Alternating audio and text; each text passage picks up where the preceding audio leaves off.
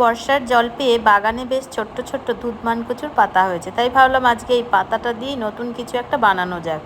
একদম কচি কচি পাতা ডগা সব কিন্তু আমি কেটে নিলাম। এবার ভালো করে ধুয়ে কুচিয়ে কেটে নিয়েছি। ঘরে ছিল ইলিশ মাছের মাথা, তো সেইটা দিয়ে আমি বানাবো। মাথাগুলো তো ভেজে নিলাম, তারপর কড়াইতে শুকনো লঙ্কা আর কালো জিরা ফোড়ন দিয়ে শাকগুলো দিয়ে দিলাম।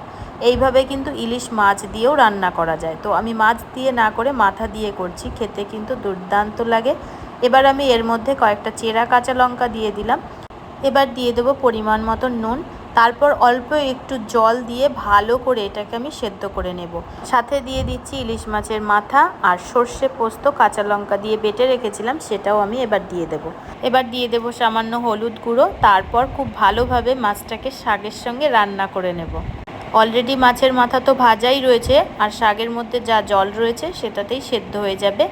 সবশেষে দিয়ে দেবো সর্ষের তেল, তারপর নেড়েচেড়ে জল শুকিয়ে একদম রান্না করে নেবো। এই দেখুন কচুর শাক দিয়ে মাছের মাথা রেডি হয়ে গেছে।